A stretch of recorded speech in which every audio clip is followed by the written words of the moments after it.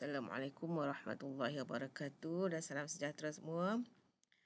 Bismillahirrahmanirrahim. Alhamdulillahirrabbilalamin. Wassalatu wassalamu ala asyrafil anbiya'i wal mursalin wa ala alihi wa sahbihi ajma'in. Rabbi shrah li sadri wa yassir li amri wahlul 'uqdatam min lisani yafqahu qawli. Wassallallahu ala sayyidina Muhammad wa ala alihi wa sahbihi wasallam. Subhana rabbika rabbil izzati amma yasifun wa salamun ala mursalin. Alhamdulillah rabbil alamin. Okey, kita mulakan hari ini kita nak sambung lagi tajuk tenaga dan perubahan kimia. Okey, untuk hari ini cikgu akan guna full slideshow. Tak adalah muka cikgu tak keluar nanti tak penting dah ni. Tak ada apa yang cikgu nak tunjukkan real life-nya. So cikgu terus guna full PowerPoint. Okey, sekarang cikgu nak tutup dulu video video capture device ni. Cancel. Tak cancel pula pasal apa? Okay, video capture device. Kata tadi boleh. Oh, ke sini. Video. Remove. Yes. So kita terus kepada PowerPoint. Okey. Okey, semalam kita kat mana? Semalam kita last kali. Okey, ulang sikit je. Okey, ni. Proses Haber. Ni kena hafal ni nitrogen, gas nitrogen campur dengan hidrogen dalam nisbah 1 nisbah 3, nitrogen 1, hidrogen 3 dapat apa? Amonia. Nanti kita tengok amonia, nanti kita akan belajar detail lagi masa berakhir. Okey, kita teruskan dengan subtopik yang seterusnya iaitu siri kereaktifan logam. Okey. Dalam siri kereaktifan logam ni, kalau awak masih ingat tahun lepas awak ada buat beberapa eksperimen. Bab ni banyak eksperimen. Pertama, awak buat eksperimen ataupun cikgu awak tunjukkan eksperimen untuk mengkaji tidak balas logam natrium, kalsium, magnesium, aluminium, zinc ni semua logam. Itu dengan air, kemudian dengan asid cair, dengan oksigen. Apa tujuan dibuat tindak balas ini? Semua tindak balas ini dibuat adalah untuk nak membina ataupun mengetahui, bukan membina lah sebab dah ada untuk nak mengetahui siri kereaktifan logam. Logam, kalau tengok kalau tengok balik kepada kalau awak refer balik kepada kepada jadual berkala. Okey, dalam jadual berkala kan ada banyak ada logam, bukan logam, separah logam dan bukan logam. Yang logam ada banyak kan? Dan ciri-ciri logam pun kita dah tahu. Ada logam, ada yang reaktif, ada yang logam yang tidak reaktif. Okey. Dan daripada yang paling reaktif dengan yang paling tidak reaktif tu, dia ada satu siri, dia ada siri dia. Okey, untuk nak mengetahui dia punya siri kereaktifan logam ini, apa yang dibuat ialah kita buat eksperimen. Satu, kita tidak balaskan dengan air, kemudian tidak balaskan dengan asid cair, lepas tu tidak balaskan dengan oksigen. Daripada situ kita dapat membina satu siri kereaktifan logam. Okey. Pertama sekali, tindak balas logam. Berapa lagi kan? 1, 2, 3 logam natrium, kalsium, magnesium, aluminium, zinc dan kuprum dengan air. Okey, di mana apabila kita ambil logam-logam ini, kita tindak balaskan dengan air, semua menunjukkan kereaktifan yang berbeza-beza. Okey, kalau ingat lagi natrium, kalau cikgu awak ambil sikit saja, dia belah sikit saja, letakkan natrium di atas air. Dekat dalam satu balang tu kita letak air, lepas tu letak sikit je natrium, di mana natrium itu dia akan bergerak pantas di permukaan air, bunyi his, lepas tu terbakar. Okey, maksudnya dia sangat aktif. Awak pun kena duduk jauh-jauh je. Okey, di mana tindak balasnya tu yang terbakar tu sebab apa tahu? Sebab ada terhasilnya gas hidrogen. Di mana natrium campur air dapat, dan natrium hidroksida ni dalam ni ada air ni dan larutan ini, kalau letak kertas litmus merah ditukar kepada biru. Biru kekal biru, bermaksud natrium hidroksida yang ada kat dalam ni adalah alkali.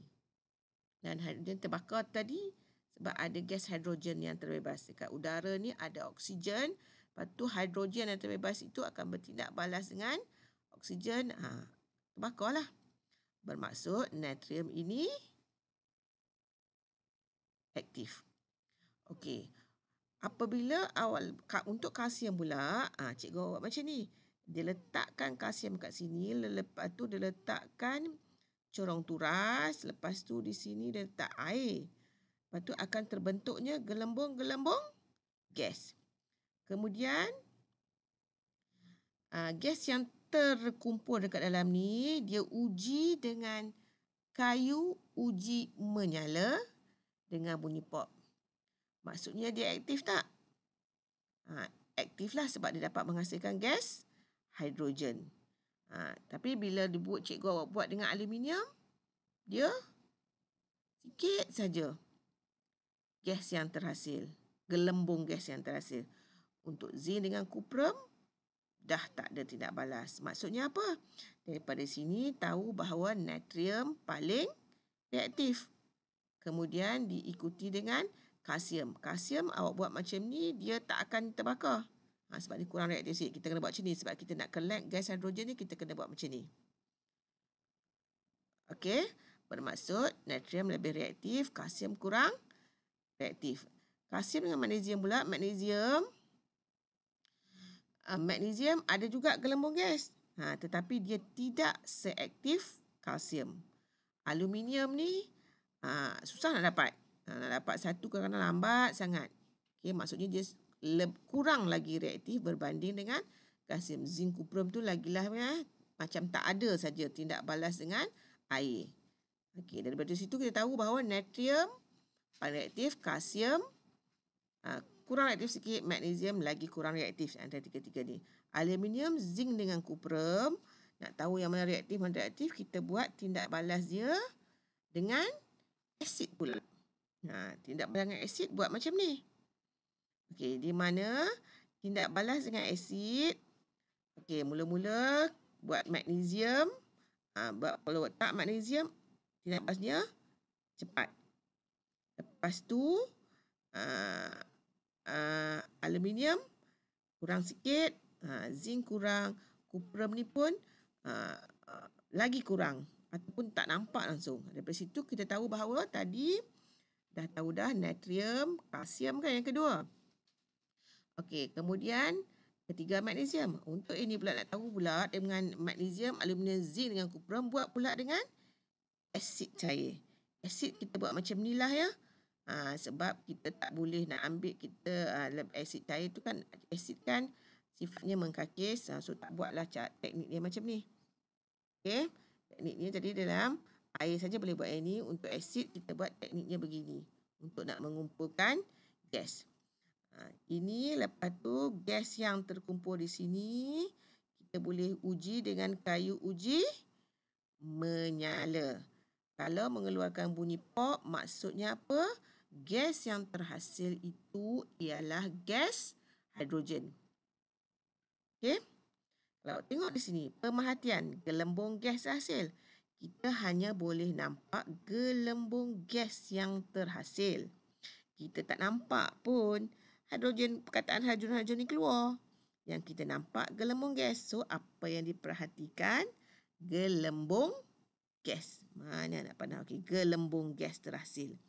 Lepas tu, kita buat ujian gelembung gas yang terkumpul sini, kita uji dengan kayu uji menyala. Pemerhatiannya apa? Kayu uji menyala mengeluarkan bunyi pop. Maka apa inferensnya? Bunyi pop itu menunjukkan gas hidrogen terbentuk. So, tindak balasnya macam mana? Tindak balas ni ialah, kita ambil satu contoh, magnesium campur asid dapat magnesium klorida dan campur hidrogen, gas hidrogen. Ini asid kan? Asid biasa kita ada 3 jenis asid. Asid hidroklorik, asid sulfurik, satu lagi asid nitrik. Biasa dalam makmal kita guna asid hidroklorik. Sulfurik pun jarang-jarang. Tapi kalau magnesium campur asid hidroklorik dapat magnesium klorida campur hidrogen. Sebab klorik ini akan dapat magnesium klorida. Ni klorida ni apa? Good. Masih ingat kan? Ia adalah garam campur gas hidrogen. Okey. Ni besi ferrum kita campur dengan asid sulfurik. Kita akan dapat ferrum sulfat. At di belakang juga adalah sejenis garam. Okey, kalau asid sulfurik nampak tak? Sulfat. Plumbum asid sulfurik. Ini contoh saja. Di sini kita tak buat untuk awak tak buat plumbum pun semua. Kita buat sampai ke kuprum sahaja. Tapi awak kena tahu bahawa tindak balas logam dengan asid cair akan menghasilkan hidrogen juga. Tapi ini logam yang agak reaktif lah, yang di atas juga. Tapi kalau awak tindak balaskan, katakanlah logam yang tidak reaktif, satu logam tidak reaktif ialah emas. Emas kalau kita masuk dalam asid cair pun tak jadi apa jugalah ya, sebab dia sangat tidak reaktif. Tapi jangan pula letak emas awak dalam asid pekat. Hilang emas awak nanti. Daripada emas jadi nilainya 1 gram beratus ringgit, jadilah garam campur hidrogen. Itu kalau tak asid pekat. Okay, itu cerita sajalah. Okey, balik ke sini. Okey, dan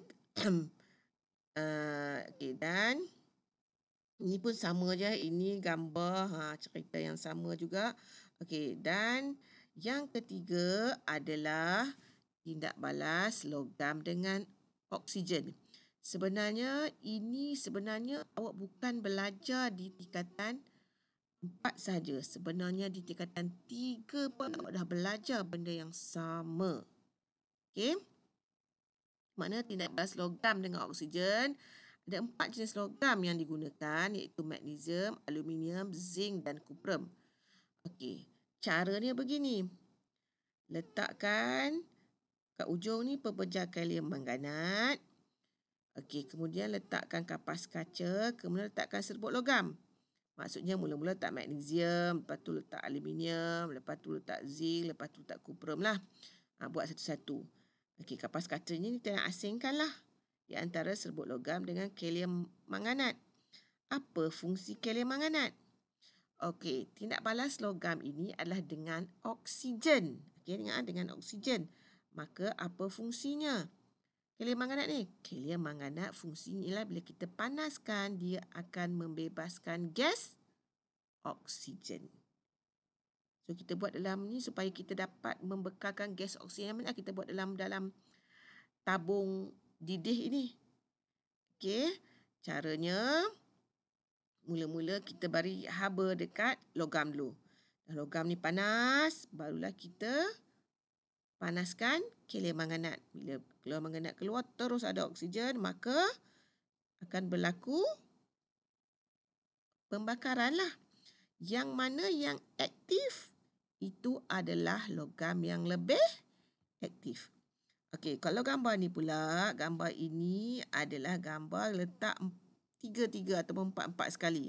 Biasanya kita tak buatlah ini, kita buat satu persatu. Ini cuma gambar diagram. Kadang-kadang soalan dia buat 4-4 ini. Tapi awak tahu dah daripada sini, kalau kita balik kepada pemboleh ubah, ini pemboleh ubah dimanipulasi lah. Mula-mula tak zinc, lepas tu besi, lepas tu kupra. Ataupun kalau sini mula-mula letak magnesium, lepas tu tukar letak aluminium, letak zinc, letak kupra. So, pemboleh ubah dimanipulasinya apa? Jenis logam ataupun magnesium, aluminium, zinc dan kupra. Okey, ataupun jenis logam. Okey. Okey, sekarang kita tengok keputusannya. Apa yang berlaku. Kan Cik Ura cakap tadi. Okey, tengok keputusan bertulis pula. Okey. Kereaktifan ni yang tadi tu yang kita buat tadi apa? Aluminium, magnesium yang ada di dalam silibus kita, magnesium, aluminium, zinc dan kupra. Magnesium, aluminium, zinc dengan kupra. Okey. Kalau dengan magnesium terbakar dengan api putih berkilau. Ni. Api putih kan. Api kalau warna putih sangat panas kan berbanding warna biru dengan merah. Api putih yang paling panas. So, tindak balasnya sangat cergas. Aluminium pun terbakar tapi nyalaan terang saja. Zinc nyalaan terang merebak secara perlahan. Kupra bara malap. Daripada sini kita tahu bahawa magnesium paling reaktif di antara 1, 2, 3, 4 yang dibuat. Kalau kita buat semua ni pun sama. Tapi dalam awak buat tahun lepas, cikgu buat 4 saja. Sebab dalam silibus awak ada 4. Tapi di sini ada 5 keputusan. Tapi sama jugalah kalau kita tengok besi merebak secara perlahan. Plumbum pun baraan panas merah. Kupra baraan malap. Membara je, merah je. Tapi malap je. Okey. Daripada sini persamaannya awak tak perlu tahu. Tapi di sini maksudnya kalau magnesium terbakar kan kita bagi dengan oksigen kan. So magnesium campur oksigen dapat apa? Magnesium oksida. Aluminium campur oksigen dapat aluminium oksida. Walaupun di sini awak tengok ada perkataan da di sini bukan bermaksud ini adalah garam ya. Sebab kalau garam da-nya ialah da bagi kumpulan yang dalam jadual berkala dalam kumpulan 17. Okey, kalau tengok balik cikgu ulang balik, cikgu tengok balik. So kita perlahan-perlahan kita tengok jadual berkala. Okey, ni. Yang kumpulan 17 ni, kumpulan 17 ni unsur halogen ni kalau di luar belakangnya da ni barulah adalah garam, fluorida, klorida, bromida itulah kan. Tapi ini kalau balik sini, okey, ini adalah logam campur oksigen. Oksida ni daripada oksigen. Jangan silap ya. So dapat bahan yang kita panggilkan sebagai magnesium oksida, aluminium oksida. Ini sebenarnya apa tahu? Kalau macam besi oksida ni, kalau besi campur oksigen tu besi oksida tu apa tahu? Karat lah.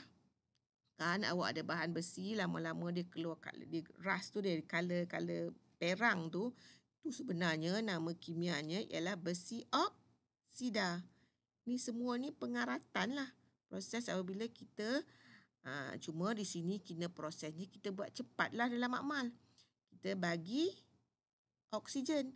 Helium mengganat membekalkan oksigen. Kalau secara semula jadinya, kalau awak ada besi, logam besi, kita biar lama-lama baru dia berkarat kan? Sebab dia hanya ambil oksigen daripada persekitaran. Berapa peratus oksigen yang ada dalam persekitaran? Ingat lagi tak? Berapa? 21% di dalam udara kita.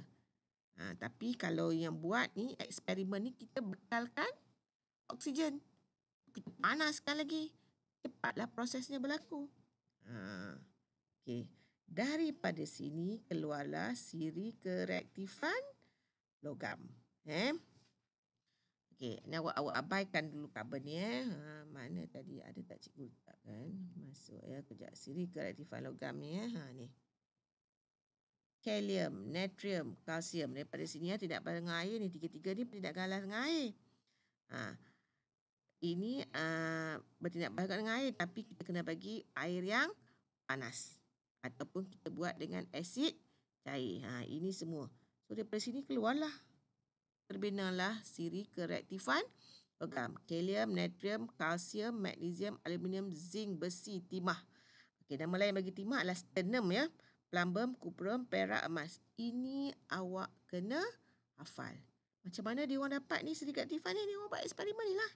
Kita buat juga, kita buat sikit-sikit lah kan. Yang mana saya ambil ni sikit, ni sikit. Ini bertindak balas. Aktif dengan air pun boleh bertindak balas. Ini dengan air tak apa nak bertindak balas. Ini lagilah tak langsung.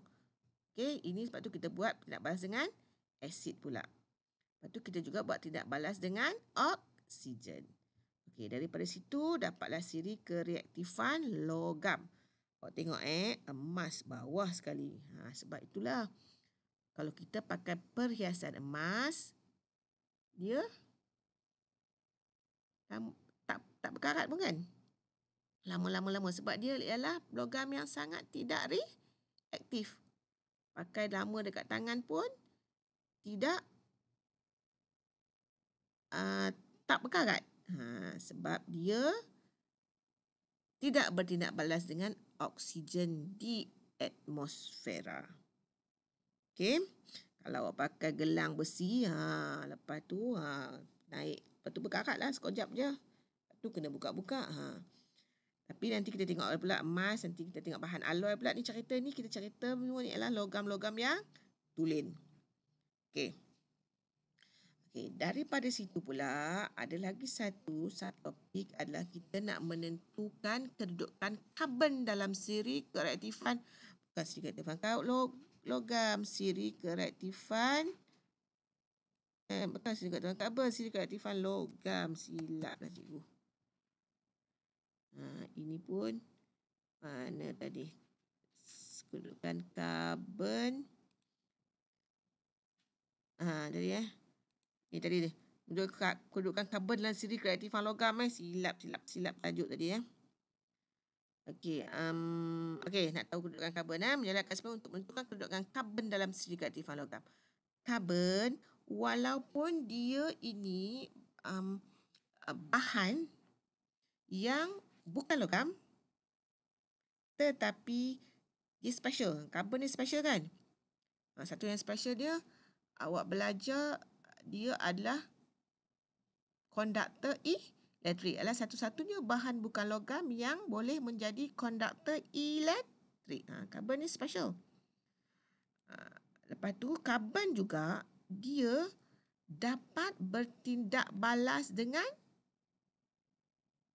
oksigen yang berlebihan untuk membentuk karbon dioksida.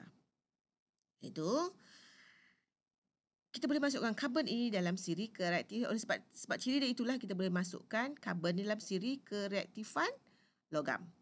Okey, macam mana nak buat eksperimen untuk nak menentukan kedudukan karbon itu? Okey, kita buat satu eksperimen menggunakan 3 bahan. Ingat tak tadi bahan? Ada aluminium oksida, zinc oksida, kuprum oksida. Macam mana dapat bahan-bahan ini? Kita tindak balaskan logam dengan oksigen. Kalau tindak balaskan logam aluminium dengan oksigen, dapat aluminium oksida. Kalau zinc dengan oksigen, dapat zinc oksida. Kalau kuprum dengan oksigen, dapat kuprum oksida. Okey, kita ambil oksida, logam-logam oksida ini. Ambil 3 Kita buat 3, aluminium oksida, zinc oksida dengan kuprum oksida. Apa yang kita buat? Kita campurkan satu-satu bukan buat 3 sekali, satu-satu. Pertama, kita tambahkan aluminium oksida dengan karbon, panaskan. Kita campurkan zinc oksida dengan karbon, kita panaskan. Kita campur kuprum oksida dengan karbon, kita panaskan. Berasingan 3-3 tu. Kita tengok apa yang berlaku. Okey, apa yang berlaku ialah bila kita kuprum oksida dengan dengan aluminium oksida dengan karbon bila kita panaskan tak ada tindak balas. Zinc ada tindak balas tetapi sederhana aktif. Tapi bagi kuprum oksida tindak balasnya sangat aktif. Apa maksud di sini? Okay, maksud di sini tadi kita cikgu cakap apa? Karbon dapat bertindak balas dengan oksigen membentuk karbon dioksida. Okey, apa yang berlaku tengok Kita ambil yang kuprum oksida dulu. Okey, kuprum oksida bermaksud kuprum dia pegang oksida, kuprum dengan oksida tu pegang dengan kuat. Okey, tapi bila kita panaskan dia dapat tenaga kan? Dia dapat tenaga, dia berpisah. Okey, apa yang berlaku bila kita dapat tenaga ni, dia macam bergetar-getar. Kita campur dengan karbon kan? Karbon ini dia dapat mengambil oksigen daripada kuprum. Maksudnya apa? Karbon itu dia dapat curi, dia dapat bertindak balas dengan oksigen membentuk karbon dioksida. Tu yang tinggalnya apa? Yang tinggalnya ialah kuprum seorang-seorang sini. Kuprum oksida. Jadi kita bercampur dengan karbon kan? Karbon dapat ambil oksigen daripada kuprum ni. Tinggallah kuprum seorang-seorang. So dan karbon dia ambil oksigen, dia bertindak balas dengan oksigen, dia dapat karbon dioksida. Karbon dioksida ni apa? Gas kan? Gas jadi bagaimana? Gas karbon dioksida ni akan terbebas. Yang tinggal nanti adalah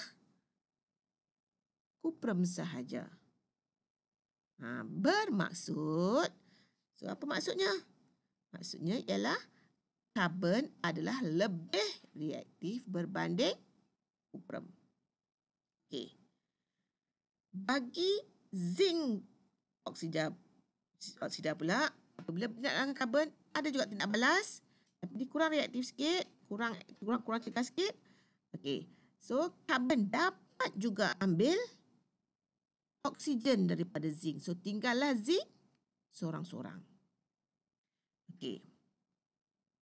Daripada sini, karbon juga adalah lebih reaktif berbanding zinc. Tetapi tadi, bila kita ambil aluminium oksida, kita tindak balaskan dengan karbon, kita panaskan. Tiada tindak balas dia apa-apa. So, boleh tak karbon ambil oksigen daripada aluminium? Tak boleh. Aluminium pegang oksigen dengan kuat. Dia dapat tindak balas dengan oksigen ni. So, apa yang berlaku? Apa dia? Apa influence dapat buat? Karbon adalah kurang reaktif berbanding aluminium. Jelas ya? Okay, good. So, daripada sini, dalam siri keaktifan logam, so karbon duduk kat mana? Karbon duduk di antara aluminium dan zinc. Karbon lebih reaktif berbanding zinc, kan tadi dia dapat ambil oksigen daripada zinc, tapi dia tak dapat ambil oksigen daripada aluminium. So, karbon duduk di antara aluminium dan zinc. Okey, jelas ya? Okey, awak apa panggil? Save dalam cerebrum awak tu fakta ini. Nanti kita nak aplikasikan dalam industri. Okey? Okey, sebelum itu, ini ada soalan lah ya. Okey. Ini bukan soalan sebuah markah lah. Ini cikgu nak cerita ni, cikgu ambil soalan daripada ni soalan kimia ni. Tapi ada juga kaitan dengan apa? Okey. Okey, tindak balasnya ialah karbon dengan oksida logam P. Oksida logam Q, oksida logam R. Ini tiada perubahan. Ini nyalaan merebak ke seluruh campuran. Menyala. Ini baraan. Nyalaan maka lebih aktif lah. Ini kurang aktif. Okey. So, daripada sini kita tahu kita boleh buat apa? Logam mana yang lagi aktif berbanding dengan karbon? P, Q atau R? Q lah kan? Sebab karbon tak boleh ambil oksigen daripada Q. So, Q ni lebih reaktif berbanding karbon. Okey, P pula dia nyalaan. Maksudnya dia aktif kan? Sangat aktif. Maka dia adalah lebih kurang reaktif. Maksudnya karbon lebih reaktif berbanding P. Ini pun ada tindak balas. Bermaksud R lebih karbon lebih reaktif berbanding R. Maksudnya dia punya siri kereaktifan dia Q, lepas tu karbon. Okey. P dengan R pula mana yang lebih tinggi? Lebih reaktif. Okey. Yang inilah. Sebab ini adalah baraan saja. Tindak balasnya kurang cergas. Maka dia punya yang paling reaktif, logam yang paling reaktif. Walaupun ini tiada perubahan ya, dia punya tindak balasnya tiada perubahan. Sebab apa? Sebab karbon tak boleh nak ambil oksigen daripada Q. Maka Q lebih reaktif. So Q, karbon, lepas tu R, sebab dia kurang reaktif sikit dia punya tindak balas ni. So RP. Maka dari segi kereaktifan logam adalah Q R P. Dan kedudukan karbon dia adalah di antara Q dan R. Okey, jelas ya? Okey, ini pun sama juga. Soalan halusannya lah. Dia suruh buat sini. Okey, ini awak ni ni karbon tau. Karbon campur oksida M. So, membara malap. Ini tiada perubahan. Bila tiada perubahan, boleh tak karbon ambil dia? Ambil oksigen daripada sini? Tak boleh. So, N lebih reaktif. Kemudian, ini membara malap. So, N, lepas tu M, lepas tu R. Dia punya siri kereaktifan. Kalau soalan tanya siri kereaktifan logam secara menurun, maksudnya yang paling reaktif dulu. N, M, R. Kalau siri kereaktifan logam secara menaik, maksudnya yang kurang reaktif dulu, dia akan jadi R, M, N. Awak jangan confuse dengan yang ini tau. Jangan confuse yang ini. Ini kita tindak balaskan logam dengan oksigen. Yang ini, soalan ini ditindak balaskan logam oksida dengan karbon. Nak tentukan kedudukan karbon. Okey. Ini adalah beberapa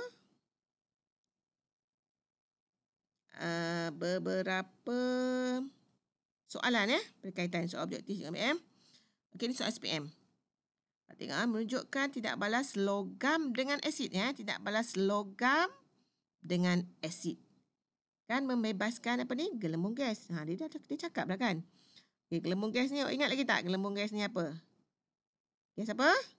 Hidrogen kan. Tapi itu tak penting, tak tahu pun tak apa. Tapi dia suruh buat siri kereaktifan logam tertib menaik. Kalau menaik maksudnya apa?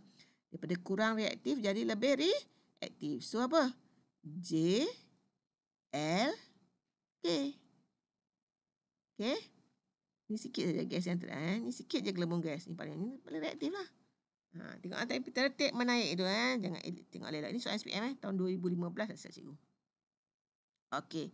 Ini contoh soalan kertas 2. Untuk kertas 2 bahagian A kan cikgu cakap kertas 2 soal jawapan ada di dalam soalan, dalam gambar rajah dalam penyertaan.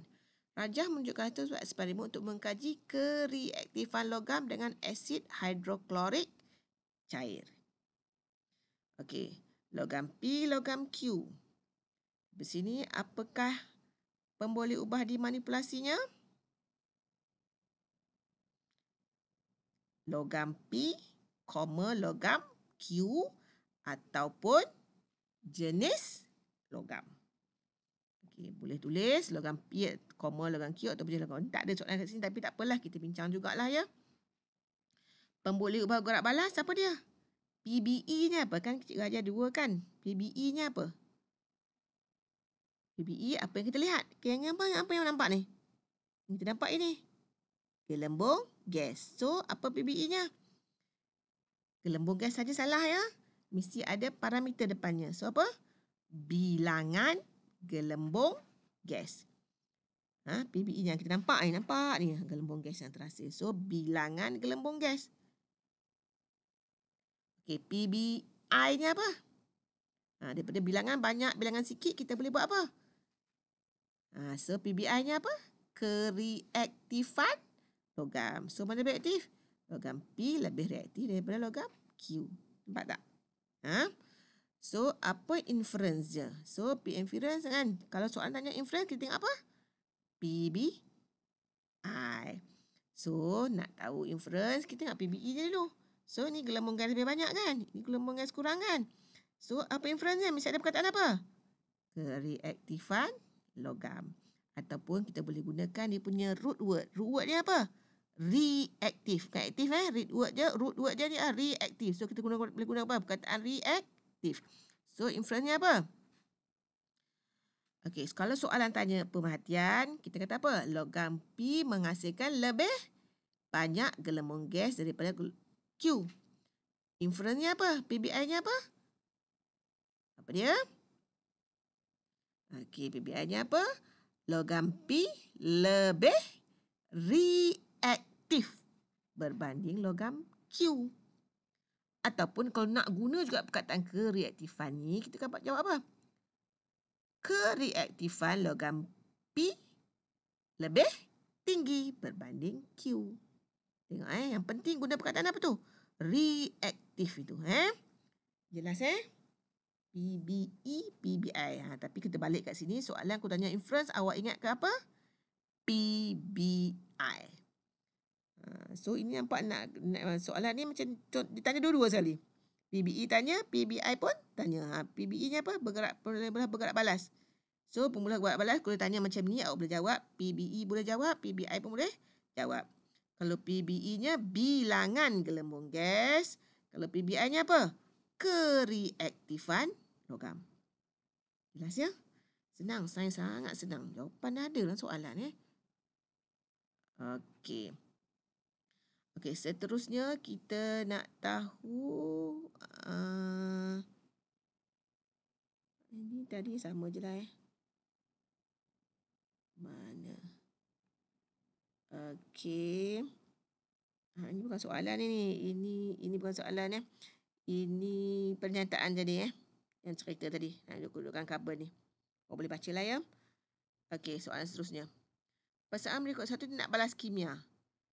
Natrium campur air dapat natrium hydrogen campur gas P. Apa gasnya? Ingatlah balik Natrium tu logam. Campur air dapat apa gasnya? Hydrogen. Okey, ingat logam campur air dapat apa? Gas hidrogen. Macam mana uji gas hidrogen? Air uji menyala. Apa hasilnya? Bunyi pop. Seterusnya soalan. Apakah gas Q? Apa gasnya? Hidrogen juga. Sebab apa? Natrium adalah logam. So, kena hafal siri keaktifan logam. Ini yang tadi. Okey. So, kita berhenti dulu siri keaktifan logam ni. Lepas tu nanti kita tengok aplikasi. Kenapa kena belajar siri keaktifan logam ini? Aplikasi kepada industri ataupun kehidupan seharian kita. Okey. Okey. So kita jumpa lagi lepas ini untuk part yang ketiga pula.